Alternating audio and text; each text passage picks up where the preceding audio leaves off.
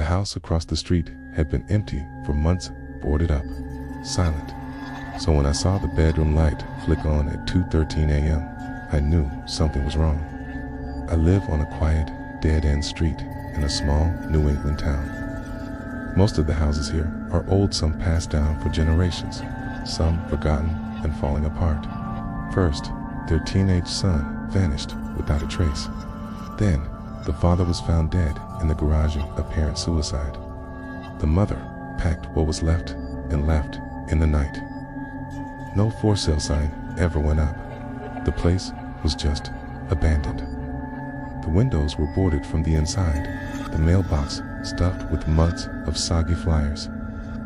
Everyone avoided it, like a wound the street had learned to live around. Across from my house stood one of the forgotten ones. It's a Whitmore place.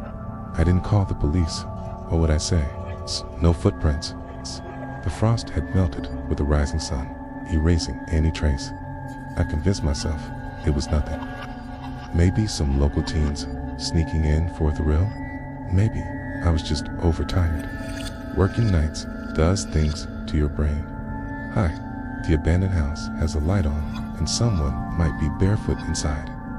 Like whoever or whatever was inside didn't need the dark anymore once day broke.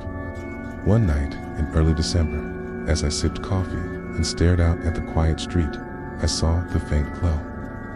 I even tried calling the town office to see who owned the property now. No one did. The house was still legally in the Whitmore's name. Sir, there's no electricity running to that structure. The lines were physically disconnected. That house is dead. Clerk on the phone told me the power had been officially shut off 9 months ago. Single, warm, amber light leaking through a crack in the boarded slats. Not walking, not standing, just swaying slightly. My window shattered, the one facing the Whitmore place. Glass all over the floor, and in the middle of a daylight bulb, still warm, like it was listening to something I couldn't hear. The Whitmores had moved out nearly a year ago after a string of tragedies. I work nights, so I'm usually still awake when most of the neighborhood is sleeping. That's how I noticed it. It was coming from the upstairs window, what used to be the son's room. Bare footprints, human. I paused. Suddenly, the air felt colder. A man had answered the door, said he was the owner. Pale guy, middle-aged, thin, moved weird, like he was trying to remember how to use his body. But he signed for the mail. No name, just an X, one by one, as if something behind them wanted out. They said it must be some squatters playing games, that I was making too much of it. The kind of cold that doesn't come from the temperature, but from the inside, like your bones had been dunked in ice. At first, I thought I'd imagined it, but then it flickered. Definitely electric, not a flashlight. I stared at it, heart beginning to race. No one had been inside that house in nearly a year. No car in the driveway, no sign of forced entry, just that one light.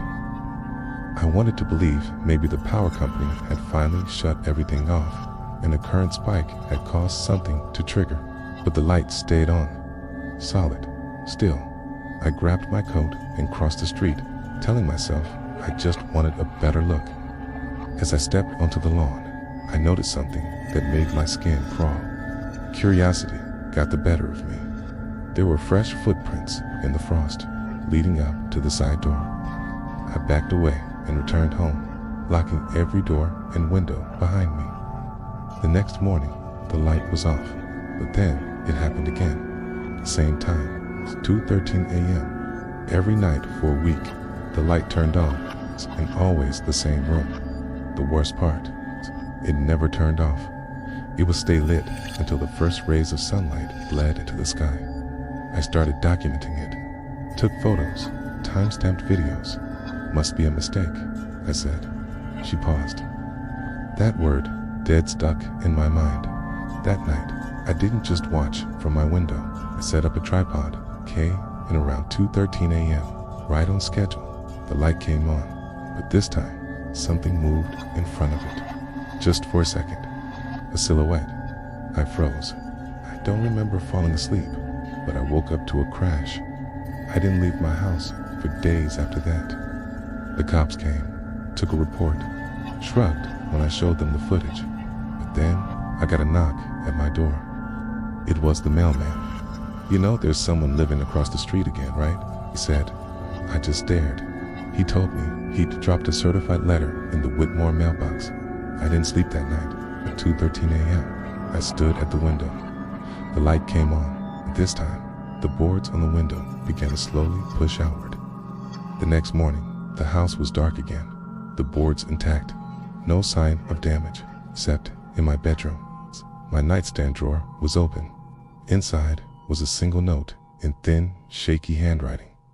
"We don't need the dark anymore, okay?" And now, every night, a different light in my house turns on at 2:13 a.m., even when I cut the power.